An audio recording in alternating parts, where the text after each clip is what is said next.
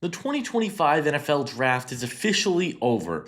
We've done the draft grades. We have gone through all of the different moves that each team made, the biggest steals, the biggest reaches, and it's time to look ahead. We are doing a way too early 2026 mock draft, and I'm really excited about this one. I think this is one of my favorite episodes of the year because it's a chance to get to look at some new players, talk about some new players that are going to be coming into the league. It just gives us an idea on who to look out for in the 2025 college football season. If you guys don't follow me on Twitter, be sure to do that at JWAC Reactions. I made a big announcement the other day. I am going to be doing a college football deep dive series. So it's going to be a couple of weeks before you guys hear from me again. But when we come back, we will be doing the first deep dive talking about the Texas Longhorns. So I'm really excited about that series. We're going to do positional rankings throughout the summer as well. So a lot of content coming this summer. Hit that like button, subscribe if you are new, and check out the Patreon, which will be linked down below. You'll get exclusive content from me there as well, whether it be my interactive deep dive guide, my college football, or my 2026 draft guide will also be going up very soon. So a lot to look out for, but let's go ahead and kick this off. The Cleveland Browns have the number one pick in this scenario. This is not my order. This is the order that PFN gave me, so we are going to be rolling with that. The Cleveland Browns are picking number one in this scenario, and if the Browns have the number one pick, I think they go quarterback. I know they drafted Shedeur Sanders and Dylan Gabriel. I don't think a third rounder and a fifth rounder are stopping you from taking a quarterback if you are the worst team in the league. And look, I know the popular thing to do right now is to say Arch Manning's going to go back to school, and it's very possible that he could. But for the sake of this exercise, I think he's got a real chance of declaring, because if he not only, let's just say that he wins a national championship and wins the Heisman, which I think he should be the favorite to do both, what else does he have to prove at the college level? He would be a lock to go number one overall. And for Cleveland, I think you take one of the best quarterback prospects we've seen. Manning is one of the few guys in this class that I've looked at the tape on. He's got an incredible arm strength to connect to all three levels. The ball zips out of his hands. He can throw on the run. He's a really good athlete.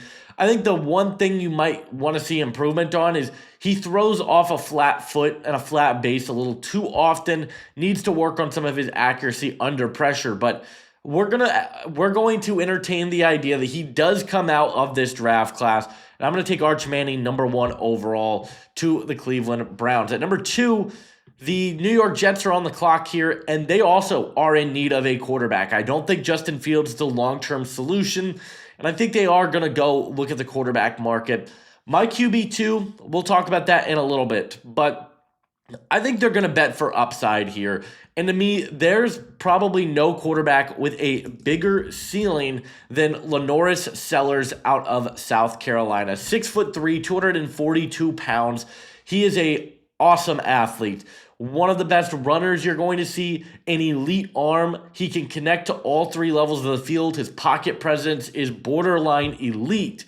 He does need to work on reading defenses and improve some of his accuracy, but I think he's a really good quarterback and a guy that will likely be a top 5 pick. I think there was a real chance that if he came out in this class, he would have been the number one overall pick because his upside is phenomenal. The arm talent, the athleticism. So Lenoris Sellers will be my pick at 2. Then at number 3, we got the New Orleans Saints. I thought they had a really good draft. This is a little bit different. First-year head coach coming in. I don't think they would go quarterback in this situation. I know a lot of people are going to mock Garrett Nussmeier to them, but I actually think Tyler Shuck is a smart pick for them.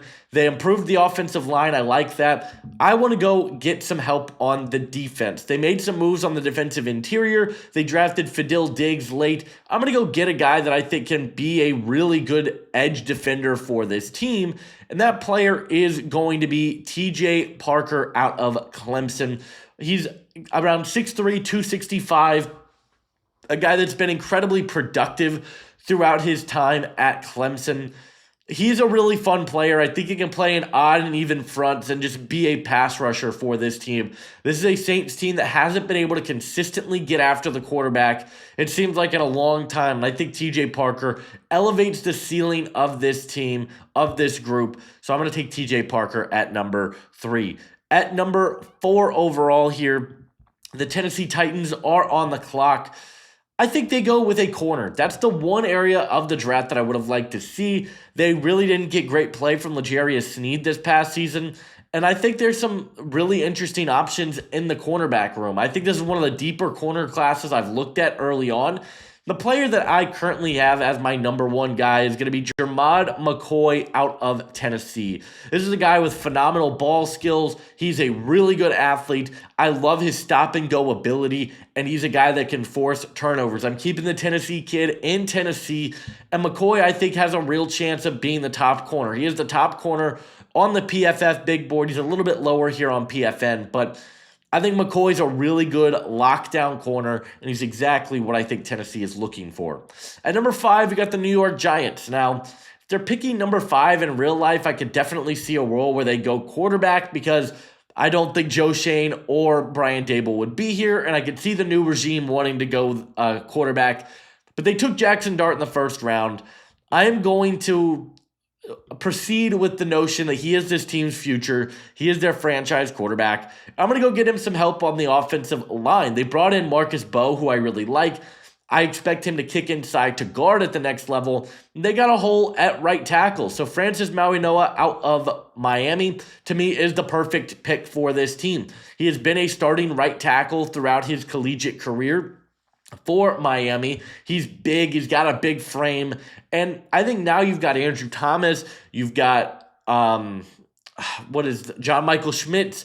You've got Marcus Bowe. The offensive line starts to look a little bit more complete. I like Mauigoa a lot. He is probably my early number 1 tackle.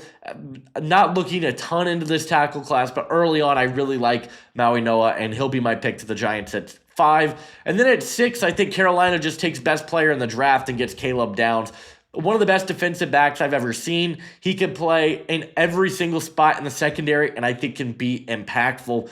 This is a team that they brought in a couple of safeties. They brought in Trayvon Merrick, but I don't think that stops you from taking Caleb Downs, a player that is just an elite athlete, incredibly smart, and a guy that is the best player in this draft on most people's boards. He is absolutely phenomenal. The best safety prospect I've ever seen. So I'll take Caleb Downs at number 6. Then at number 7, my Indianapolis Colts. Look, if they're picking at 7, I think Chris Ballard's gone. I think Shane Steichen's gone. I think that means Anthony Richardson did not pan out. So I think they would be in the market for a quarterback in this situation. And this is going to be a big shocker to a lot of people. But early on in my film study, I've started to look into the quarterback class. That's the one position that I have done a little bit more of a dive into. I'm going to go way off the board here. This is a big-time projection. I'm going to take Sawyer Robertson out of Baylor. This is a guy that he's solely the reason why I wanted to do this mock draft on this site, because Sawyer Robertson isn't on the PFF board. Robertson is awesome. He's 6'4", 220 pounds, one of the best passers I have seen. Great size. His pocket presence is very good.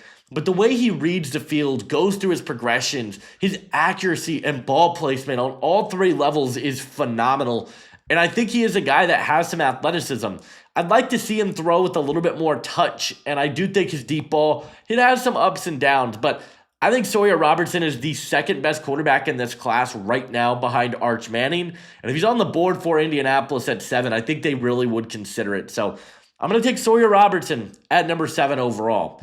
At number 8, we got the Cleveland Browns. Took Arch Manning. I think now you go out, you get your left tackle of the future. This is a team that the offensive line is in complete disarray right now.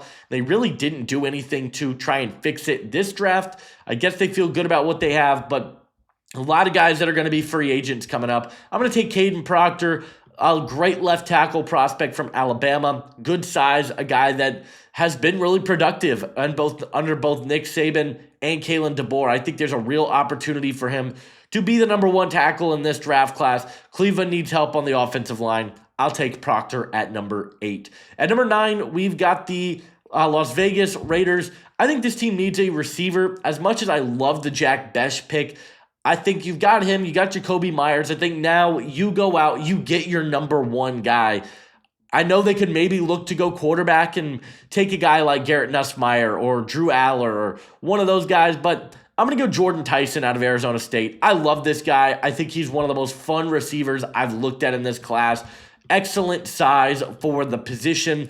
Let me pull this up here really quick. Yeah, he's 6'1", 195. He plays bigger than his frame. Great speed. Can separate to all three levels of the field. And he's just a difference maker. I'm a big fan of this player. I'm going to take Jordan Tyson at number 9. At number 10, the LA Rams, I would have loved to have seen them go corner in this past draft.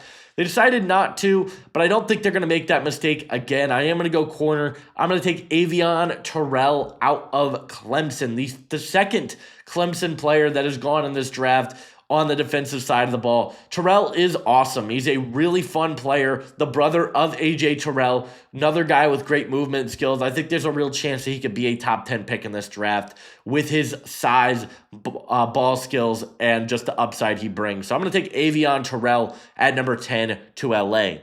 At number 11, I wanted to see more offensive line urgency from Arizona in this class, and I think the guard position, a little bit up in the air. So I am going to go with an offensive lineman here, and I'm going to take Spencer Fano out of Utah, a guy that I think can play tackle. I think he's got a skill set that more than likely will transition better at guard at the next level.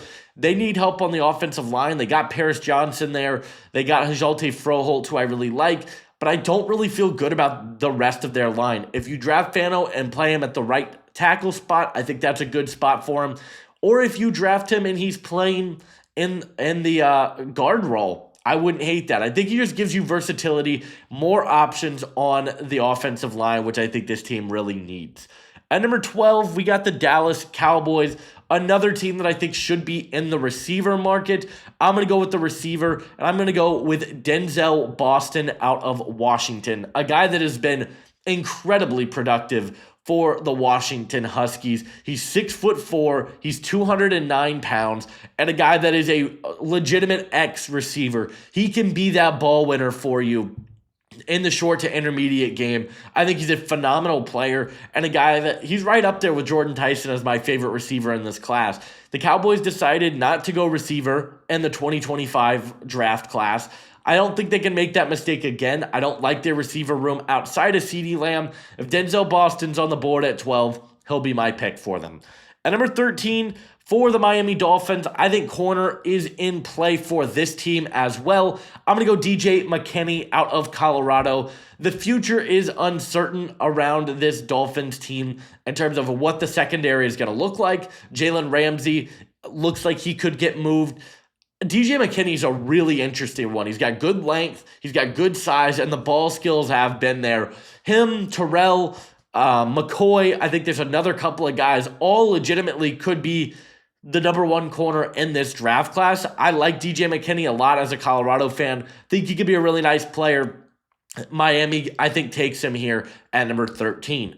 At number 14 for the New England Patriots, I think they go on the defensive line. I'm going to go Peter Woods here. Just go best player available, and he gives you versatility. I think he can play edge. He can play on the inside. I know that this is a team that brought in a guy like Joshua Farmer. He reminds me a little bit of like a supercharged Keon White.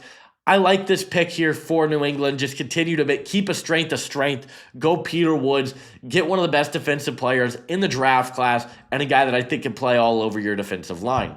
At number 15 for the Seattle Seahawks, another team that I think should be in the cornerback market. So we're going to go corner here. I'm going to go a little off the board here and take D'Angelo Pons out of Indiana. I think this would be Indiana's first round pick in like 40 years. But I think Pons is a really good corner and a guy that I think should be talked about more in this draft class. He's got size. I think he can play in the slot. He can play on the boundary. But the ball skills and athleticism are phenomenal. He's a really good secondary option and a player that, for Seattle, outside of Devon Witherspoon, I don't know how comfortable you feel with the cornerback room going forward.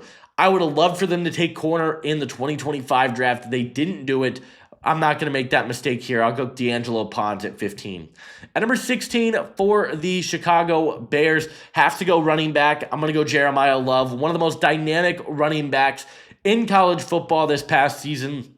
Right up there with Ashton Genty. The production was phenomenal for him. He is going to be coming back to school for another year.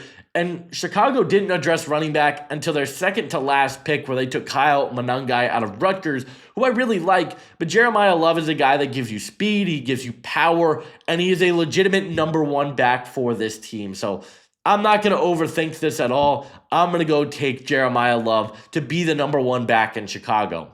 At number 17 for the Houston Texans, I just want to continue to address the interior of this defensive line. And that player I'm looking at is going to be Caleb Banks out of Florida. He's around 325 pounds and a guy that I think can legitimately be a star up front for this Texans defense. They don't typically go for the bigger defensive tackles, but I think Banks is the right pick for this team. They have had some issues up front in that interior for quite some time. I'm going to go take a guy that I think has a really good chance of being a top 20 pick in Caleb Banks at number 17. At number 18, the Minnesota Vikings are on the clock. Think they go safety. I'm going to take Dylan Thieneman out of Oregon. I think he's in for a big year. Go back and watch his true freshman season. He was absolutely electric for the Purdue Boilermakers. Had a bit of a down year in 2024, but I think 2025 he's going to be in for a big-time year. Minnesota, I thought, could have gone safety early in this draft class. They decided to address the trenches a little bit more. I think next year in a good safety class, it makes a lot of sense to go get Thieneman early on.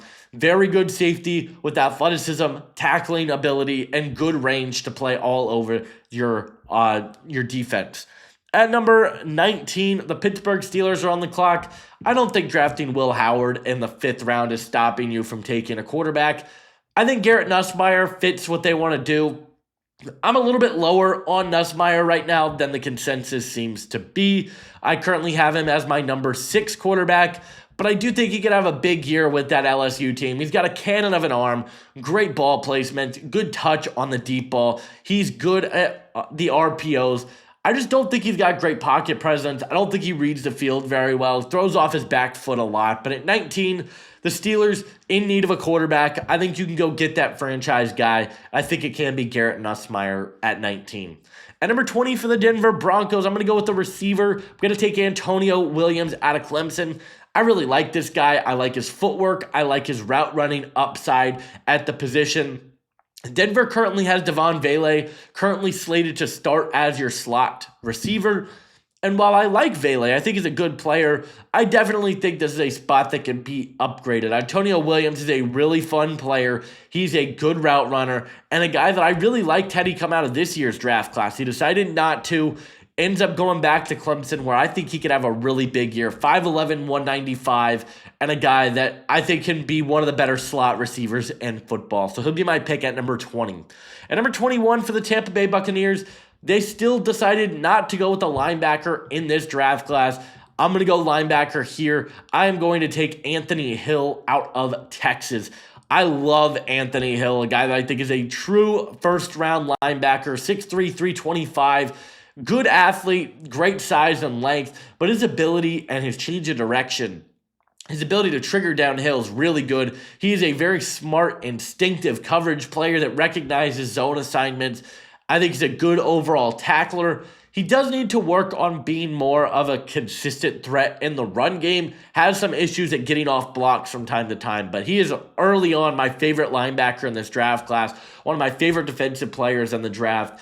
I don't think he's quite as good as Jahad Campbell was, but he's very close and a very good player. Tampa Bay, I think, goes linebacker here at 21. At 22 for the LA Chargers, I'm going to go get another edge rusher. I know they brought in Kyle Kennard, but getting some more explosiveness in Ruben Bain, I don't think is going to hurt anybody. Bain is a guy, as a true freshman, looked like he was going to be one of the best players in all of college football.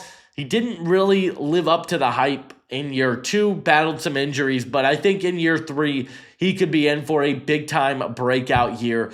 I like his fit with Harbaugh as well. They have Khalil Mack there. They just need to continue to add bodies on this defensive line. They're getting older, and I think Ruben Bain can be a difference maker for this team. So I'll take him at 22 for the Chargers. At number 23, we got the Green Bay Packers. Going to go corner again. And I'm looking at A.J. Harris out of Penn State. Good size, a guy that was just a lockdown player for Penn State this past season. I believe he was a former Georgia player. Look, if you're Green Bay, you didn't address corner in this draft class really at all until Micah Robinson in the 7th round. You've got to go corner early in this draft, in my opinion. A.J. Harris, to me, is worth taking in the 1st round. Good instincts, good ball skills, but overall just a good lockdown corner that I think can be a number 1. At number 24, the LA Rams are on the clock, and they took Avion Terrell earlier in this draft. I think now is the spot where they take their quarterback of the future. I think that's what they were gearing up to do when they traded for a second first-round pick. It's a really tough one because I think there's a lot of guys here that would make sense. Cade Klubnik, 6'2", 205. I think he's really, really good at throwing on the run. He's got a lot in his arsenal that is really intriguing. You could go with Drew Aller out of Penn State, who I think has the higher ceiling of the guys, but his accuracy, I think, is really bad. Eli Holstein out of Pitt, I'm a little bit lower on than this board, but you definitely see some traits there that are intriguing. Nico Iamaleava out of UCLA, look, I get it, but if he has a good year at UCLA, he'll be a first-round pick. The guy has all the traits in the world. John Mateer out of Oklahoma is right up there as well, 6'1", 219. I love how quick the ball flies out of his hand. I love the pocket presence. There's a lot of options here. It's kind of beauty in the eye of the beholder in this quarterback class. If I was LA, the quarterback that I have highest on my board right now is Cade Klubnik. So I'm going to go Cade Klubnik. I know Aller probably will get taken higher because of the traits, but I think Klubnik does better quarterback things. He's my number 4 quarterback right now. He's got good zip on his passes. He can thrive in that short to intermediate passing game. He's accurate. He's a good athlete on the run. He's got a deep ball. His ball placement's really, really good. There's just a lot to really like about him. I'm going to take Klubnik at number 24. At 25, we got the 49ers. Going to go get a center in Jake Slaughter. Jake Slaughter's a really good player, a guy that I think could have been the top center in the 2025 draft class, 6'4", 297, good athlete, loved his hand, footwork, and pass protection. He could be a good chip blocker. He's a great run blocker, perfect fit for the Shanahan system, and he's just an upgrade over what they have at center currently. I believe it's Jake Brendel in that spot. Definitely a spot that I think can be upgraded. At 26, we've got the Bengals on the board. I'm going to go to Tacario Davis. Didn't have an awesome year for Arizona. Granted, Arizona in general just didn't have a great year. He's transferring to Washington, reuniting with Jed Fish, and I think he could have a really good season for this team. He's a big corner that has great instincts. He's 6'4", 185, good, smooth back pedal. Would like to see him improve his open field tackling. I don't think he's got the greatest speed in the world, but he's physical, he's smart, and I really like his fit. I was surprised Cincinnati didn't address the secondary really at all. I think Davis is a really good corner. I'll take him at 26. At number 27, we got the Washington Commanders. Going to go get an edge rusher in Keldrick Folk out of Auburn, a guy that's been generating a lot of buzz in the pre-draft process early on. A lot of really good traits to like about him, and is a really unique athlete. I'm going to take a chance on him. He'll be my pick for Washington. They didn't go get an edge in this draft class. I'm not going to do that again. I'll take Folk at 27. At number 28, I got the Baltimore Ravens. Love what they did this draft class, but I do think that they could look to go. I'm going to go running back for them. I think Nick Singleton is a very good running back and a guy that could sneak into the first round. Derrick Henry's not going to play forever. You've got to have an insurance plan for if and when he does decide to call it quits. Nick Singleton's a really good back that I think also is a good lightning to the thunder of a guy like Derrick Henry. He's not a great receiving back. He does have a limited route tree, and he got tackled behind the line of scrimmage too many times. He gets a little happy in the backfield, too patient, but he is very patient. He's got speed, quickness, shiftiness, the jump cuts in the open field. It's all there for him. I love Nick Singleton. I'll take him at 28. At 29 for the Detroit Lions, I'll go with the linebacker for them. I'm going to take Torian York out of A&M. Really sound tackler, good overall coverage player as well. I like his game. I think he could be in for a really solid season there for Detroit, so I'll take him at 29. At number 30 for the Buffalo Bills, I like what they did for the most part in terms of addressing the secondary. I think they go look edge in this draft. I'm going to go deny Dennis Sutton. I need to get into the tape a little bit more on him. I didn't love him as a top 10 pick, but he is 6'5", 258, and he has some really interesting traits. I think this will be the third consecutive year a Penn State edge defender gets taken in the first round. I just want to see more consistent hand usage from him, and I feel like he's a little bit clunky as a mover. At number 31, we got the Kansas City Chiefs. A good draft from Kansas City overall, I think. I think they did a lot of really good things. I'm going to take Mansour Delane out of LSU, a corner. I know they brought in Noah Williams, but they got Kamari Connor currently slated to start in the nickel. I think Delane, yes, he played a lot of his snaps on the boundary at Virginia Tech, but he's 6'1", 180. I think his skill set profiles best as a slot corner at the next level. So I'm going to take him at 31. I think the potential is definitely there for him to really be a good, solid corner this year for LSU because he's got stop-and-go ability, fluid hips, good ball skills. He's just really small, and I think he's got to work on his play strength. And then at pick 32, I'm going to go with an edge rusher, kind of a hybrid player, a guy that I wasn't the biggest fan of last year, but I think he's got a chance to sneak in here. I'm going to go LT Overton out of Alabama. He's just a really fun edge defender that I think gives you versatility to play inside, outside. 6'5", 283. I don't think he's a great athlete. I don't think he's got great bend or many pass rush moves as of now. But on an Eagles defense that loves to take these hybrid, versatile defensive linemen, I think LT Overton makes sense. And that's it, guys. That is going to be my way too early 2026 mock draft. We'd love to hear what you guys think down in the comment section below. Leave a like on this video, subscribe if you are new, and I'll see you guys in 2 weeks for the Texas Deep Dive. Adios.